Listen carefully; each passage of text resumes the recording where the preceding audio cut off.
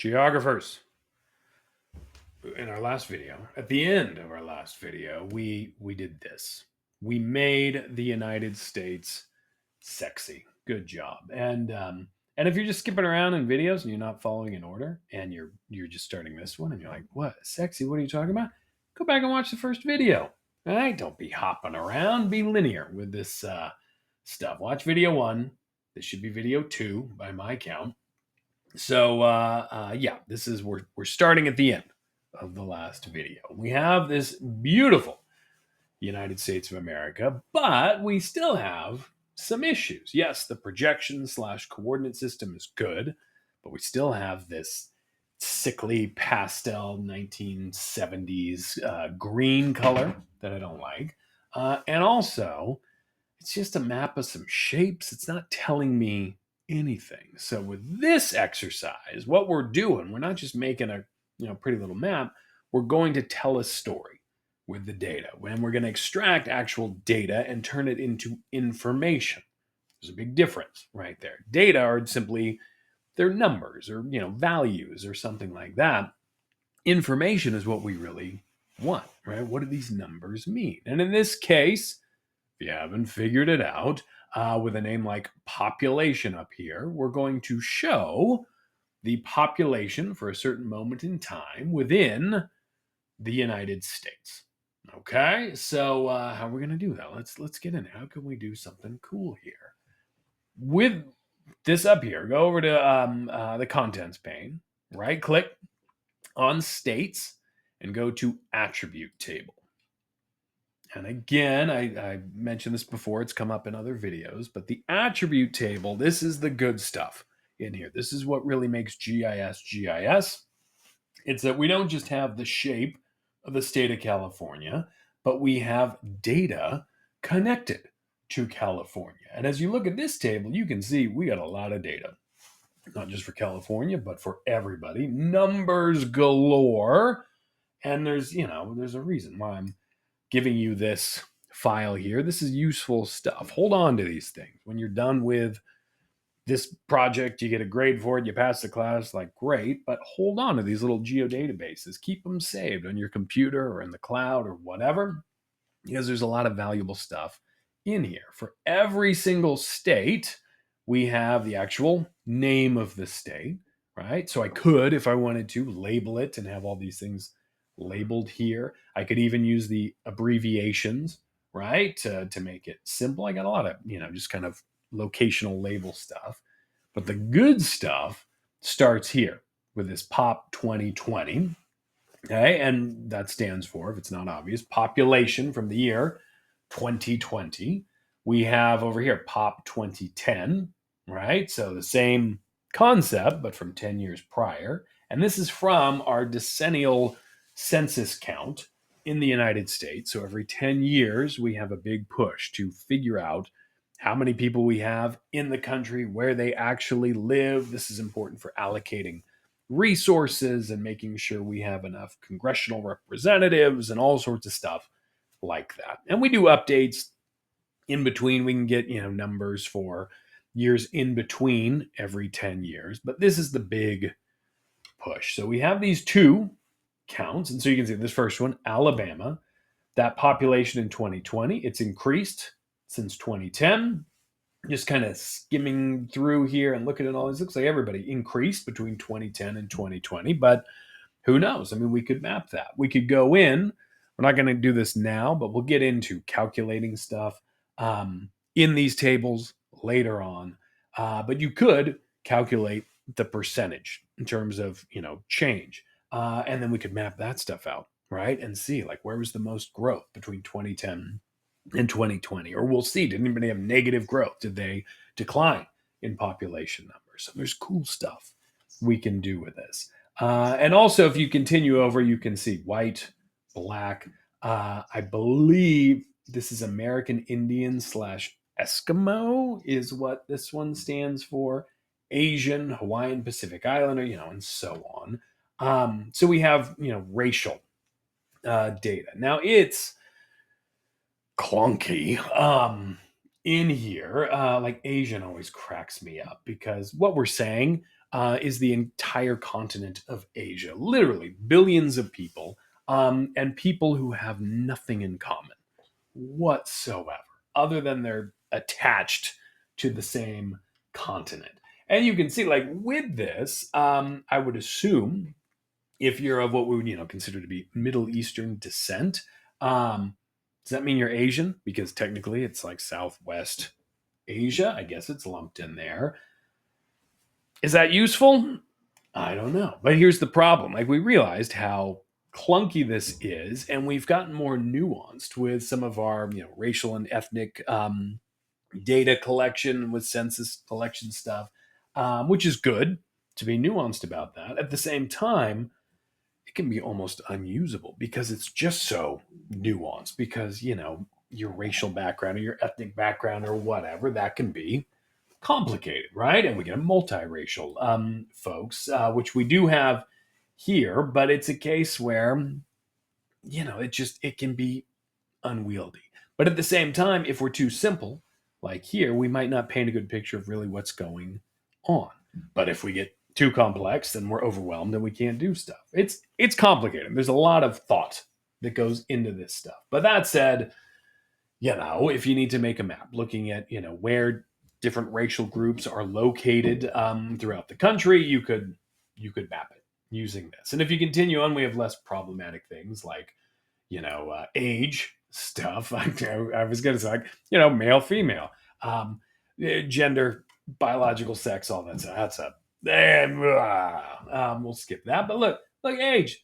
We can see where all the babies are at, or where all the old people are at, or whatever, right? So you got a lot of stuff that we can map out. What we're going to do is we're going to look at population numbers, okay?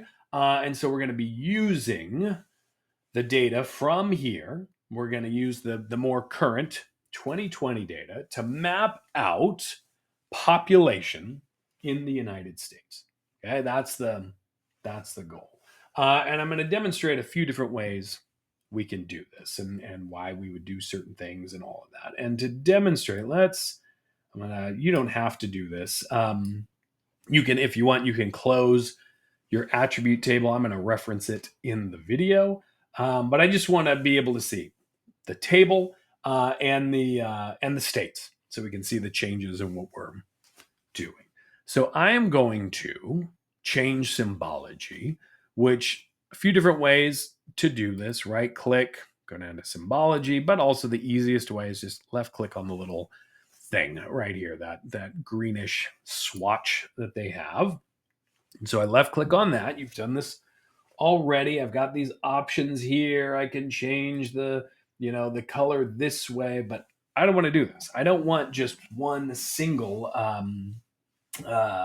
color for every single state. I want to get a little more fancy with this stuff. So I'm going to hit this back arrow. And in here, it says primary symbology and then single symbol. I'm going to click the drop down. And within here, I'm going to come down to symbolize your layer by quantity. And so everything down here, we can actually take data and we can start to analyze it.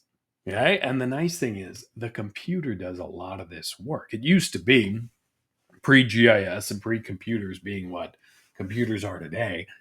You would have to do all of this, difference in color by hand. It was a big effort. Whereas now it can happen almost instantly. This is pretty amazing what we can do here and the time we can save. But what we're going to do is simply this first one, graduated colors. Okay, draw quantities using graduated colors. What that means is we're going to pick some data value, and depending on what that value is for each individual state, it's going to make this state darker if it's got more of some quantity. It's going to be lighter in color if it's got less, right? So we're going to visually display the data. We're going to make it really easy to understand what's going on. So I'm going to select this one, graduated colors, and then the green's gone. Instead, we have this rather harsh again. Now it's not so much the 70s to me, as we're getting really late 70s, early 80s. I don't like this one, but we can fix it. But what it's showing is darker darker colors for a specific value, meaning more of that value. On the right, you'll see what it's actually doing. So we have this graduated colors. That's cool. That's what we selected. The field is pop 2020. Okay, so that works, right? It's a case where it just kind of went with the first number thing, like meaningful number thing, I think that it found in here. That's why it was selected. It doesn't know that we're making this population map, but it said, okay, I'm going to pull from this field. Okay, so like looking through here, Alabama, it has this, what is that, 5 million ish population in 2020. So it's going to color in Alabama based on that. So we got Alabama here. It'll fit in this orange classification. So yellow, meaning, less than or equal to 2 million people. The orange is between that and the 6 million people. So that's why Alabama fits in there. And then the orange and the red and the slightly darker red. I don't know what it looks like on your screen. On mine monitor here, these two are pretty close together, which can be an issue. You want to look at that and pay attention to how easy is it to read this stuff. But regardless of the color stuff, I can look at it and I can go, okay, yeah, a lot of people in California, not so much in Idaho, right? This is really nice to just get a quick idea of where people are. And in fact, I'm going to hit save because I did something, even though I'm not happy with it yet. But that's pretty cool to see that. Now, at the same time, got some issues with this here, with how this is being done. I mean, first off, we got the color issue. In fact, let's just fix that because this is hurting my eyeballs. I hit this drop down under color scheme, and I can pick whatever I want in here. But a few things to discuss. Like, let's pick this one. Okay, so this is what we would call this bicolor progression, meaning we've got two different colors, yellow and blue. And so yellow is one extreme, blue is another extreme. And then as you get into the middle, it's this grayish color. So the grayish color would indicate it's, kind of average in the middle. And then the bright yellow and the dark blue indicate extremes on opposite sides of something. This is useful for certain types of data. It could be useful, like temperature is a good one. You could show, hot and cold using red and blue respectively, and have kind of a whitish grayish color in the middle to indicate, the temperature is just right. That could work. But for something like population, I don't think this is really useful. It's also this scheme, while aesthetically, I don't mind the colors. I like the colors in and of themselves. It's a case where, yellow being more and the dark navy blue being less, that doesn't really click in my brain. That doesn't seem, natural or intuitive or whatever. So I wouldn't want to select that one. For this type of data, where it's simply looking at population, right? Less population, more population.